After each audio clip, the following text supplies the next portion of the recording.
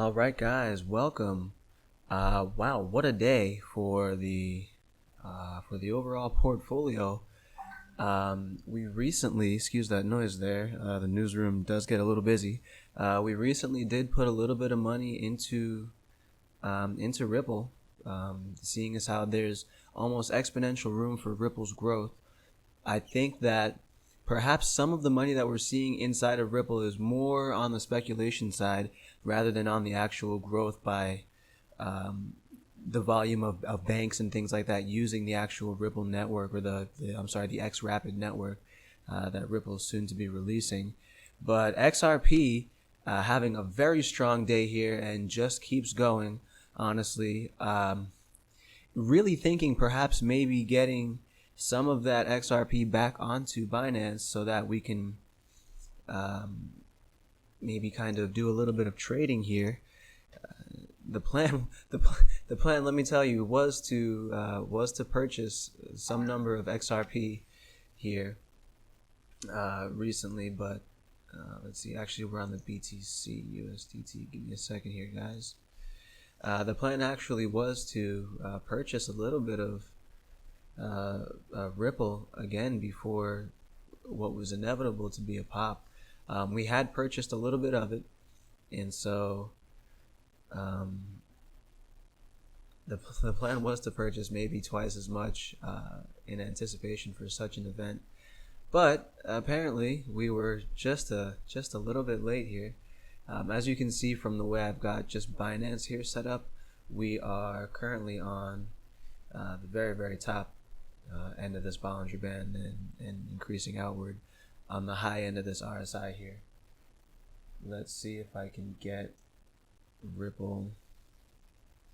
Oh gosh, can you merge? Nope. Oh, hold on.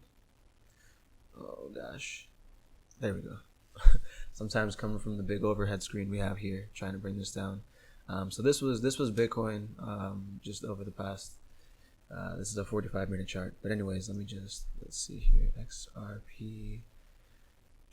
Where are we? There we are. Whoa.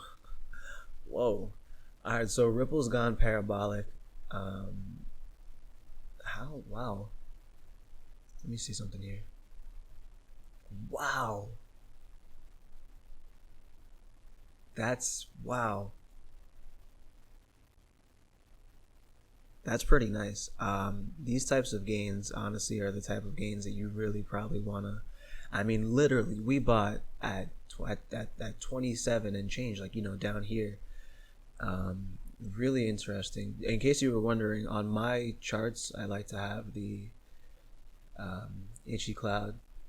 I also like to have a pivot reversal and a MACD, and then over here on Binance is where I'll have the Bollinger Bands and RSI, and I'll just kind of flip back and forth between those. But wowee,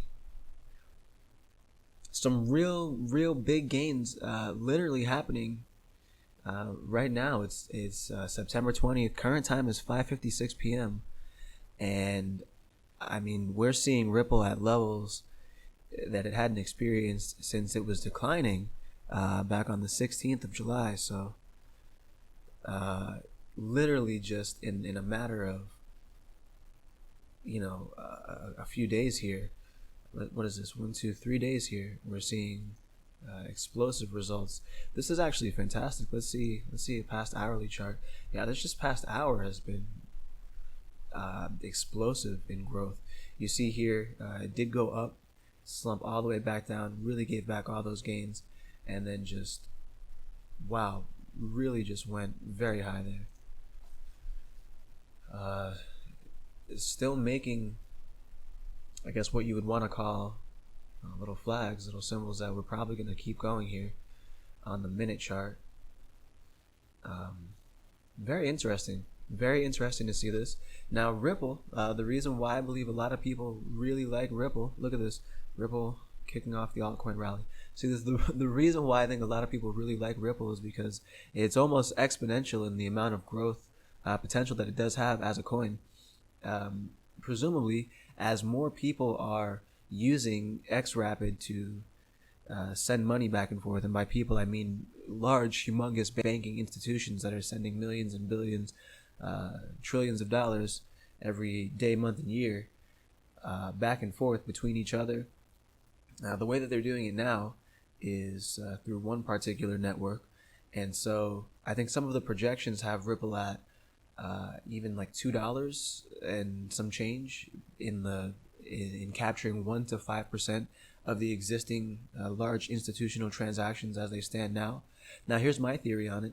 The reason why Ripple could potentially go even further than that and past that is simply just because right now, what's to say the banking industries aren't at what I would consider a somewhat of a standstill, if you will, in the amount of transactions that they're able to process per day.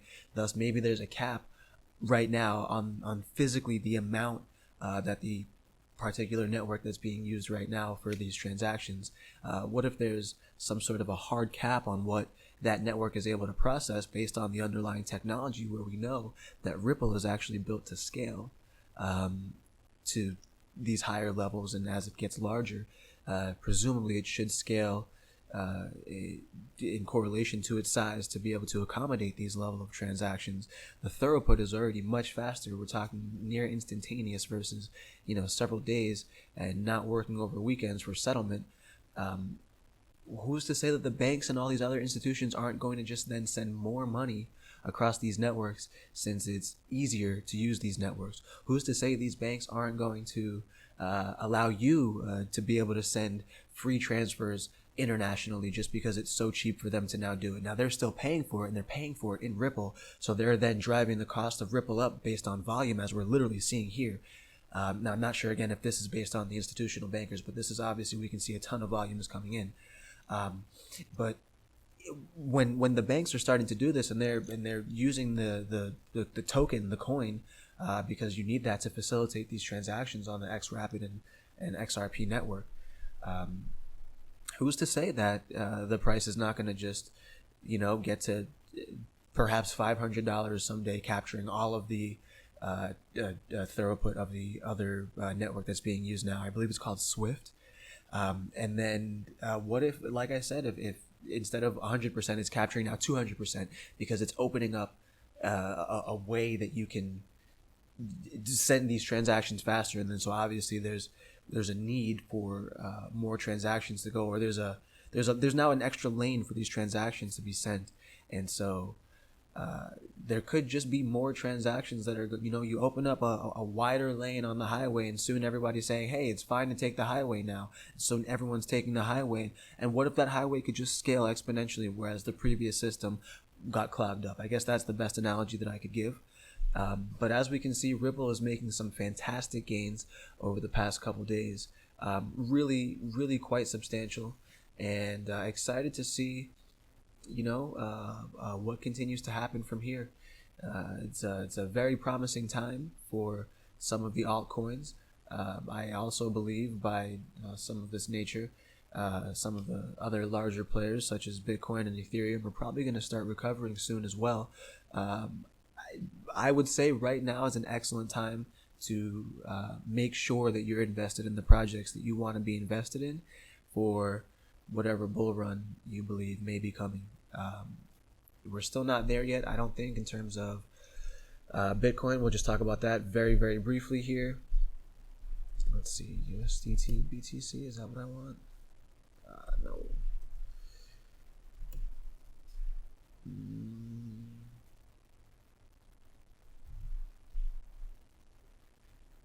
We'll use Coinbase. Everyone uses Coinbase. So let me show you something on the daily chart. I was excited when Bitcoin started creeping into these levels. Once I saw us pulling back and then starting to retrace up, this is where I bought back in. And then once we didn't make it outside of the cloud for it to actually then repinch and start going back upwards in green again, is when I exited my position. Luckily, it was literally days before the fall here. I think I got back in somewhere around where I shouldn't have, where this arrow is saying it's not time to play. But I did have some funds lying around, and so this is a highly speculative bet that the Bitcoin weatherman is taking. But as you can see, the reason why they consider me the weatherman is because I use a lot of clouds in determining whether or not it's a good time to buy. Honestly, this does not look like a great time to buy, but this did look like a great time to buy. So, you know, you never know. An interesting thing to note here is we've had smaller and smaller forming peaks, if you will. And so honestly, I was anticipating this peak to be at least, so here's one, and then here's one that comes up a little bit, maybe a little bit more than halfway of this one. This one didn't even get, you know, more than halfway of this one, but it formed a smaller peak here. And so perhaps this is the next one coming up for somewhere halfway. That seems like it's kind of typical of what's happening here. And so kind of hoping now we're just going to be able to catch at least a little bit of profit here before perhaps it maybe comes down again. Or if we're able to go higher than this last one here, and then get higher than this last one here, and then get higher than here, we should begin the next rally. Because is Coinbase going to let me do it? No, Coinbase sure isn't. I knew I said this was going to be short, but let's just do BTC. Can I get, there we go. So we'll see a daily on Mt. Gox or MT Gox, whatever you want to call it. And so where are we? This is 2013, very similar run up. Okay, this is 2012, very similar run up. 11, very similar run up. I mean, literally all through Bitcoin's history, it's had all these similar run-ups. So anyways, really not worried about that. Any veteran investor can tell you, or trader can tell you, that this is what Bitcoin does. And so perhaps now we're kind of nearing, like I said, the end of that sort of very turbulent area. I mean, we're getting much less turbulent, much less crazy run-ups as I mean, this is a wild swing here, wild swings, and then it's just really just kind of taming itself out as we get over here. So something's going to happen either to the upside or to the downside. So we're just kind of preparing for that. We've got a little bit on the old ledger here, as you can kind of hear it dangling. Keep that right on me. And so that's it. Bitcoin Weatherman really signing off. Again, this was mostly a video about Ripple. Just doing some fantastic things here. We might be experiencing a little bit of pullback at this time here at 6:05 p.m. Really going to rush and try to get this video out for you guys right now today. Do a light bit of editing on these vocals and then just throw that up for you. Again, Bitcoin Weatherman signing out. Don't forget to check us out on Telegram. We're on Instagram. We're on Twitter. We have the website bitsandtokens.com. We love all of our subscribers. Thank you so much, Bit Squad. I'm out of here.